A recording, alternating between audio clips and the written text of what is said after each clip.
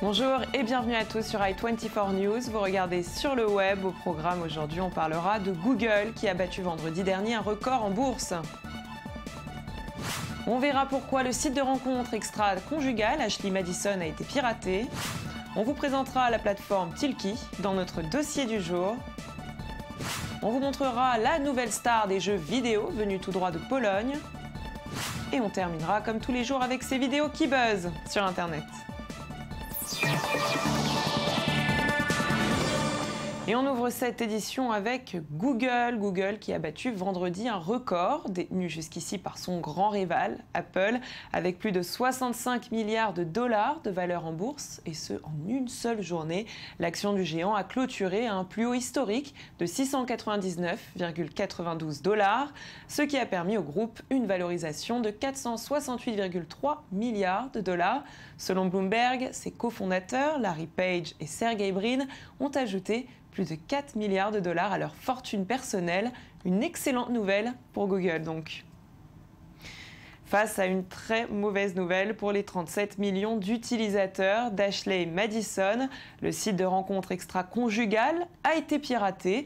L'attaque a été revendiquée par le groupe Impact Team qui aurait mis en ligne de nombreuses données personnelles d'utilisateurs ainsi que des documents financiers dans le but de prouver à tous ses membres que le service payant censé effacer les informations de leur profil n'était pas fiable. En effet, les noms, adresses réelles et coordonnées bancaires ont été conservés et les hackers, qui en ont déjà diffusé une infime partie, menacent le site de diffuser l'intégralité des noms s'il ne fermait pas ses portes.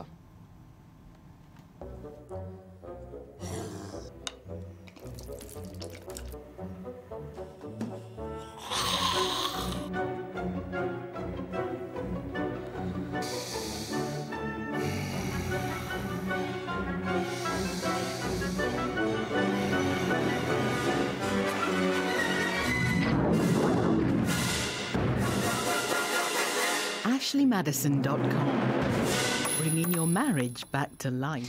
Voilà, c'était l'essentiel de l'actualité. Place tout de suite à notre dossier du jour. Et on ouvre cette rubrique avec Tilki, un outil de mise en forme et de suivi de vos propositions commerciales. Plus d'explications en images. Connaissez-vous le temps que vous perdez à relancer des prospects inutilement et le nombre de projets perdus faute de relance? Lorsque vous naviguez sur les sites e-commerce, votre comportement de lecture est analysé afin de vous proposer le contenu le plus pertinent. Tilki vous permet d'utiliser la même approche avec vos prospects. Comment? C'est très simple. Vous hébergez vos documents sur une plateforme dédiée et votre prospect n'a plus qu'à cliquer sur un lien pour visionner votre proposition. Texte, photos, vidéos, tout est possible. Si votre proposition est consultée, vous êtes directement informé des éléments lus, téléchargés ou même du temps de lecture. Vous relancez alors toujours au bon moment et avec plus d'efficacité. Et ce n'est pas tout. Tilki vous indique également les chances de signature de chaque proposition en fonction de la lecture de votre prospect. Et Tilki ne se trompe presque jamais. Nos utilisateurs ont vu leur taux de transformation de devis en commande augmenter de 18%. Et avec nous pour en parler, Timothée Sommet, bonjour. Bonjour. Alors vous êtes l'un des fondateurs de Tilki. Est-ce que vous pouvez nous expliquer en quoi consiste votre plateforme? Tout à fait.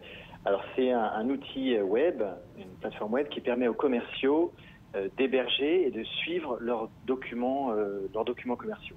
Donc, alors concrètement, nos utilisateurs, comment ça fonctionne? Expliquez-nous.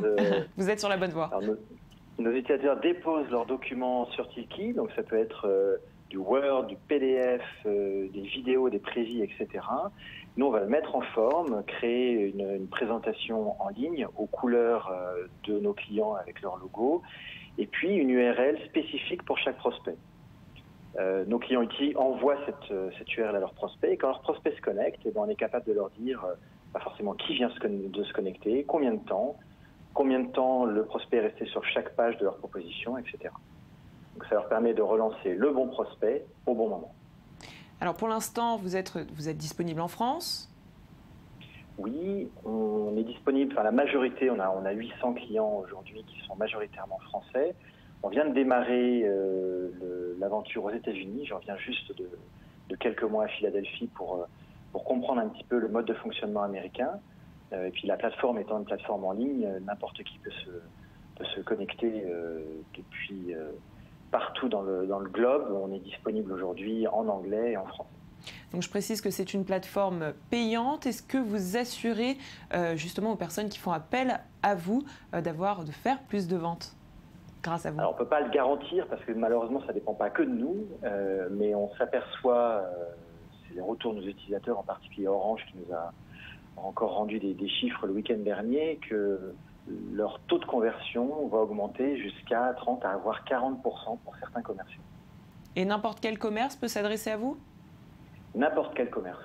À partir du moment où vous allez envoyer de la documentation par mail et que vous avez besoin de savoir un petit peu ce qui s'est passé, est-ce que la personne l'a ouvert, l'a lu, et du coup est-ce qu'il est vraiment intéressé par votre offre, vous pouvez tout à fait utiliser. Et dernière question, est-ce qu'il y a des projets à l'avenir, l'intention de faire évoluer votre plateforme? Bien sûr, on travaille tous les jours, on a un gros effort de R&D en permanence sur la plateforme. Dans les principales points qui sont en cours de développement, c'est la partie prédictive. C'est un projet qu'on développe depuis 1 an et demi maintenant, et l'objectif c'est de pouvoir dire à nos clients le pourcentage de chances qu'ils ont effectivement de signer leur deal. Eh bien, merci beaucoup pour toutes ces informations. On vous souhaite bon courage. Et puis nous, on continue avec notre rubrique high-tech.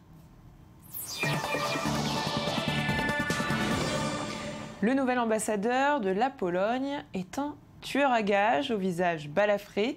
Il porte 2 épées et des potions pour anéantir monstres et dragons.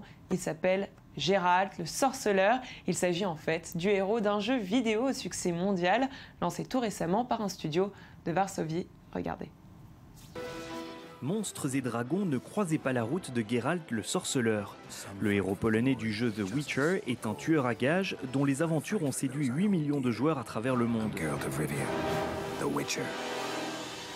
The Witcher 3, sorti au printemps et traduit dans 14 langues, bat tous les records de vente pour un jeu polonais. 4 millions d'exemplaires ont été vendus en seulement 2 semaines. En général, dans les jeux de rôle, le scénario est écrit à l'avance et le joueur doit le suivre. Nous avons créé un monde que le joueur peut explorer dans l'ordre qu'il veut. En fonction de ses choix, le jeu peut se terminer de 36 manières différentes. The Witcher 3 n'est pas un cas unique. Dans This War of Mine, sorti l'année dernière, le joueur est un civil qui doit survivre en temps de guerre. Une idée nouvelle qui a valu à ce jeu des dizaines de récompenses. Régulièrement, les jeux polonais figurent parmi les meilleures ventes et le nombre de studios en Pologne monte en flèche. Aujourd'hui, il en existe plus de 500, contre une dizaine en Allemagne par exemple. Il manque toujours du personnel parce que le marché se développe très vite, mais la Pologne a toutes les bases nécessaires pour gagner en puissance et devenir l'un des tout premiers producteurs de jeux vidéo au monde. À l'école polono-japonaise d'informatique de Varsovie, la formation création de jeux vidéo affiche complet chaque semestre. En 1 an et demi, les élèves y apprennent à concevoir un jeu de A à Z. Les débouchés dans ce secteur sont très attrayants. C'est très facile de trouver du travail. Et il y a aussi de multiples possibilités pour créer son propre studio, car les studios déjà existants, ainsi que les investisseurs, sont très intéressés pour financer de nouveaux projets. Conséquence de ces opportunités, la fuite des talents dont la Pologne souffre dans d'autres secteurs, comme les sciences ou les travaux publics, ne touche pas les jeux vidéo. De quoi aider le pays à rejoindre un jour le Japon et les États-Unis dans le trio de tête mondiale des producteurs de jeux vidéo. Et après les jeux vidéo pour les garçons, eh bien, on poursuit avec Jewelbots, une start-up américaine qui a mis au point un bracelet connecté destiné aux filles, ludique et coloré. Le bijou relié à une application s'illumine et vibre selon vos envies. À vous de le programmer pour vous faire l'annonce originale de vos notifications ou pour vous avertir lorsqu'un ou une amie se trouve à proximité. Un projet Kickstarter dont le but est de sensibiliser les filles aux sciences de l'ingénieur et qui a déjà récolté plus de 80 000 $. Regardez. Programming. it would be hard not to recognize the growing significance of this skill. But programming is more than just a career choice. It's also fun. There's a beauty in creating something out of nothing, and delight in solving each puzzle. And that moment when things simply fall into place and work. While there are many classes to teach these skills, there are still so many girls that have not yet been captivated by the magic and not yet experienced the empowerment that comes with the creation of technology. That is, until now.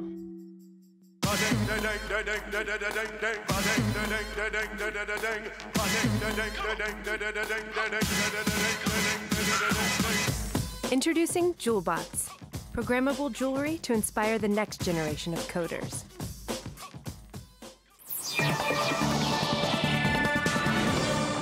Métro, boulot, dodo, c'est contre cette routine new-yorkaise qu'a décidé de lutter Thomas Knox, un jeune Américain de 28 ans, en invitant les voyageurs à se poser à une table pour discuter, jouer et oublier l'attente du prochain train. Eh bien, il a fait de son projet, Date While You Wait, échanger quand vous attendez, un véritable buzz. Et si la station de métro de sa prochaine intervention est encore secrète, eh bien, vous pouvez déjà découvrir sur Internet à quoi ressemble la drôle d'expérience qu'il propose. You miss me? I miss all of y'all. All y'all girls standing. A lot of people want to know who I am. I'm this guy, Thomas C. Knox. I'm just a regular guy from New York, looking to connect people and make their train commute very, very easy, very, very fun.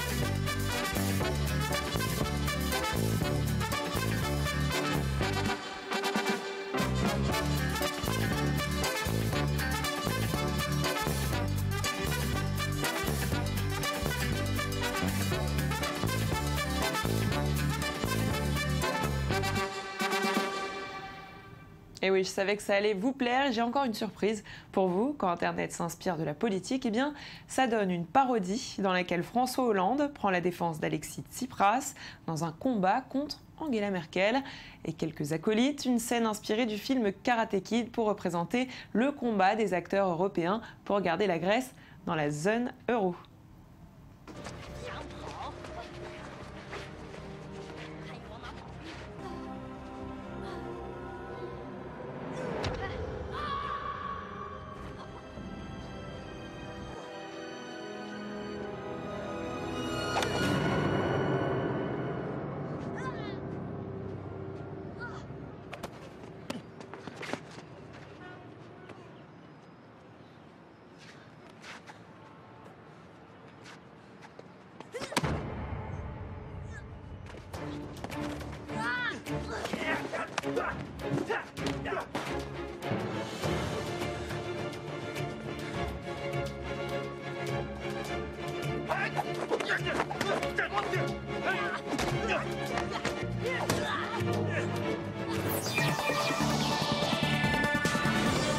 Et parce que grand nombre d'entre vous se préparent à voyager, on commence avec une visite pour le moins insolite de l'aéroport d'Haneda à Tokyo. Entre embarquement, préparation du décollage et accueil des avions, voici en quelques minutes le quotidien en time-lapse de cette plaque tournante.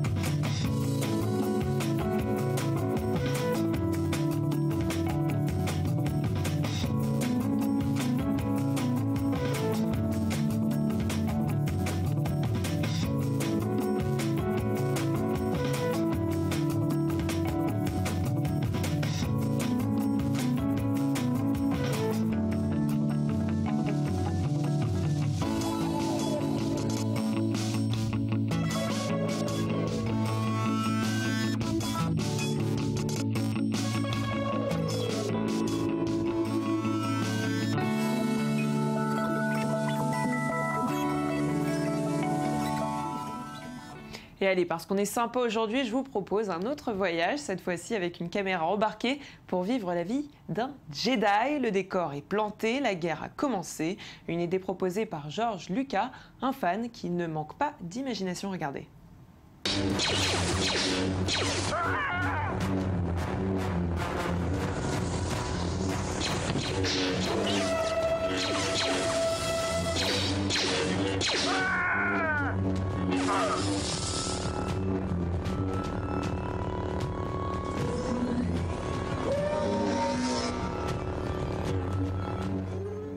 Et puis on termine en musique avec un père de famille qui nous a démontré ses qualités de danseur. Cette vidéo a été prise en Angleterre lors d'un concert de The Vamps. Regardez.